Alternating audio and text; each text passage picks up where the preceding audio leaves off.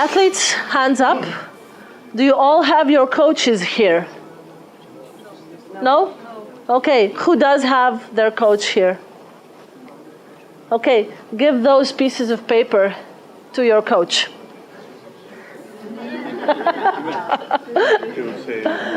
Did somebody write something for their coach who's not also their father? No? Okay. When you come home, give this to your coaches and tell them, I would like to do this. Do you ever do that? Do you tell your coaches, this is what I would like to do? Do you do that? No. Yeah. A coach who's going to accept what they get on a piece of paper from their athlete is a good coach or a bad coach. He's a very, very good coach. And being a good coach in the period of growing up means taking into account what the athletes would like to do. It means talking to them.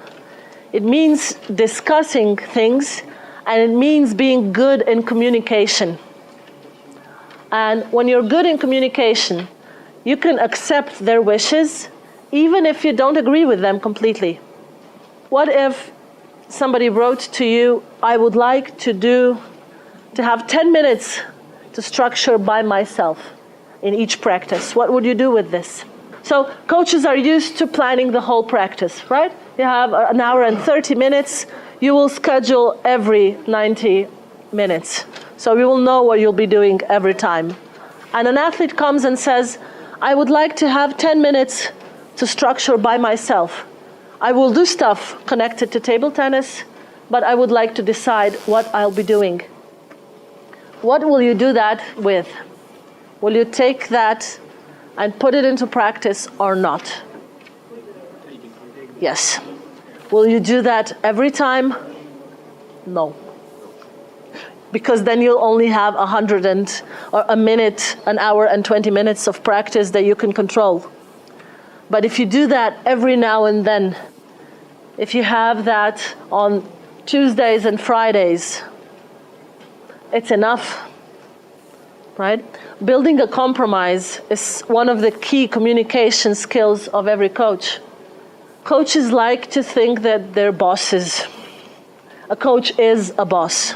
The athletes depend on you. Would you agree, athletes? Do you need your coaches? Yes, you do. Because when you come to a competition, who's going to tell you where you're going to sleep? Who's going to take you from the airport to the hotel? Who's going to tell you when to get up when the practice is? It's the coach's job. So they are bosses. However, they are allowed to take suggestions from you, and coaches, you should take suggestions from athletes. Because what's happening when they're growing up? They're becoming much more able to decide for themselves. A 12-year-old child cannot decide for themselves regarding how their practice should be. If you ask a 12-year-old what they would like to play, they would like to compete, they would like to have fun. A 15-year-old, a 16-year-old needs to do more drills. And they need to be there if they want to be successful when they're 20 years old. But just paying attention to the drills will make practice boring. And they would like to keep having fun, because the important thing is that having fun is what kept them going in table tennis. Table tennis is a rich sport or a poor sport from the perspective of how much you can earn. Poor, of course, right? How many of you are going to make $2 million per year by playing table tennis? Half the football players in major leagues get at least as much, right? There's not that much money in table tennis. And there's no, I want to be rich, and that's why I want to play table tennis. No, you play table tennis and you keep playing table tennis because you like it. And you stay in table tennis because you're enjoying yourselves. So when you grow up, you know that you're not going to make that much money off of it. But if it's kept you going from 6 or 7 when you started up until 15, so that's almost 10 years, why couldn't it keep you for 10 more years? So you've been having fun for 10 years or 8 years. Why not have fun for 8 more and then get you to 20, 25 to top level table tennis? And coaches, if you think that becoming an adult athlete or growing up as an athlete is just about becoming more serious, more focused, more into the sport, perhaps you're making a mistake. And coaches, hands up. What did you write on your pieces of paper? How many of you did this in the past 2 or 3 practices that you held? Did you? Yes. Yes. How many of you have stuff on their pieces of paper that you haven't done in a long, long time? What is one of the biggest problems for coaches? It's burnout. Burnout comes from doing a lot of stuff with little rest, with little pay, and with little enjoyment. If you start adding things that you like into your practices, if you enjoy watching them do what they like, why not do that for yourselves? And when you're having fun in practices, when you're smiling, when you're laughing, they're going to be doing the same thing. Because we're going to start a little bit of a discussion on communication. The nonverbal communication is based on relationships. You know that people who've been living together for a long time start to behave similarly, right? People and their dogs look alike. Have you seen those pictures? Yeah? When we're with somebody that we like, we start behaving similarly.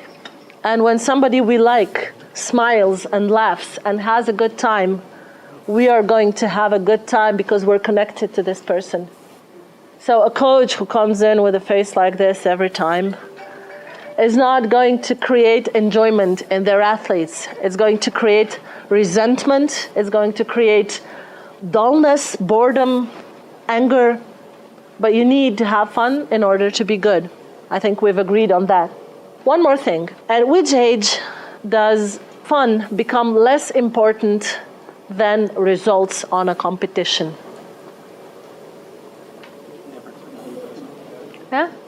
Never? Maybe when it becomes the player's occupation and they need to make a living, their responsibilities. I lecture for a living. I'm a university professor. That's basically the main part of what I do. And I'm having fun today. You know why? Because for the past week I've been thinking of what can I do that I've never done before, or I haven't done in a long, long time. I haven't given a lecture without slides in a long, long time. I know that when I'm having fun lecturing, it's going to be a fairly okay lecture. Not necessarily the best one anyone's ever heard, but it's going to be an okay lecture. And I'm doing this for a living. Right? I need to pay my bills. I need to pay my hugely overexpensive phone. I need to have money. Everybody does. And I'm trying to have fun while I'm doing it. Why should top sport be any different? We're currently at the Faculty of Sport, we're involved in a project called the Athletic Project, and it's basically about dual career. So how to get athletes to get an education as well, so they can have a job once they're completed with their athletic career. One of the main parts that we see in athletes when they finish their careers is that they take jobs that they find boring. They used to have fun doing sports. They would travel, they would learn new stuff, they would meet people. And they would be doing this on a top level. They would build a huge database of memories for themselves. They would build their esteem, their self-confidence, and so on. Once they finish their career and go to a desk job from 8 till 4 p.m., they're not having fun. But they would do sports for a living before as well. Becoming a professional athlete in the terms of living by sport or making enough money from sport to be able to support myself, I don't think that's the best reason for me to start focusing on results. Because if I've been focusing on progress, on doing better so far, that's what I need to keep doing. Otherwise, it will change. Because I get a paycheck, what changes in my task? Nothing. I still have 10 practices a week, I still have competitions, I still have training camps. So basically my job stays the same. Now I just, by some lucky coincidence, can get paid for it. So that is not the best or perhaps the perfect answer, right? You said never. Why never? Why should we never focus just on winning? You should have fun no matter what you do. Yes. In life, if you're not having fun, then you're not living. Yeah. So it doesn't matter if you play sport or you or lecturing or being a go coach. outside and do the garden or whatever. Yes. You have to enjoy it. Okay, I would agree with you. Would anybody say that there's a time when we need to start focusing on victory? When and why? Because I was World champion. I was world champion when I was 22, Yes? and from my experience, it's good to have fun, but if you don't get results at any moment, you will be unsatisfied, and your interest and your fun and your desire to play table tennis will decrease. You must have results in one way and another way. When you have results, you want to have more results. So it pushes you in the positive way to go up.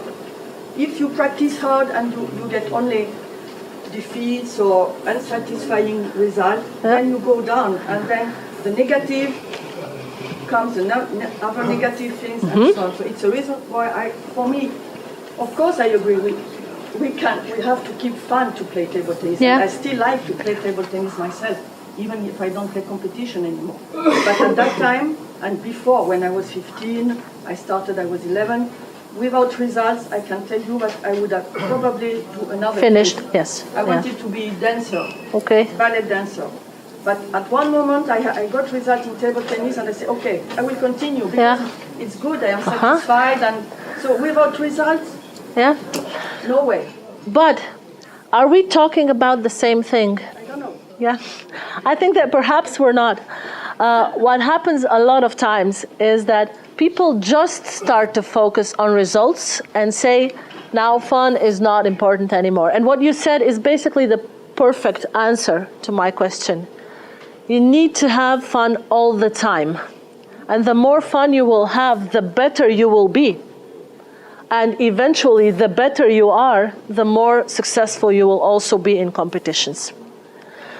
Because if I was to ask you, when we were doing the calculations or when you were coloring the pattern, how many of you would continue? If I now said, now at 12:10, I have 2 workshops.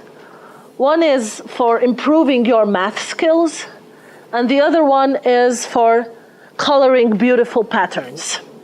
How many of you would take the math workshop? Okay, there's always a few people who like math, okay? How many of you would take the coloring workshop? Yes, right? Because I didn't have time to finish. With the math, right? Or with the, there you go. I wanted to create a wonderful picture with different colors. There you go. Yes, and you had fun doing it, right? There was more to do. Yes? I wanted to finish it. Yeah? And when there's not enough time to do something, so when you haven't had enough time to practice for one competition, and you just come into the quarterfinals, but you want more, you will practice more, because I want some more. And you said you need to have fun. Yes, of course. And from fun come also results. It is true that without results, the fun will decrease as well. Sure. Yes. But what about if we say that the results are part of the fun? Always, We are ready of course.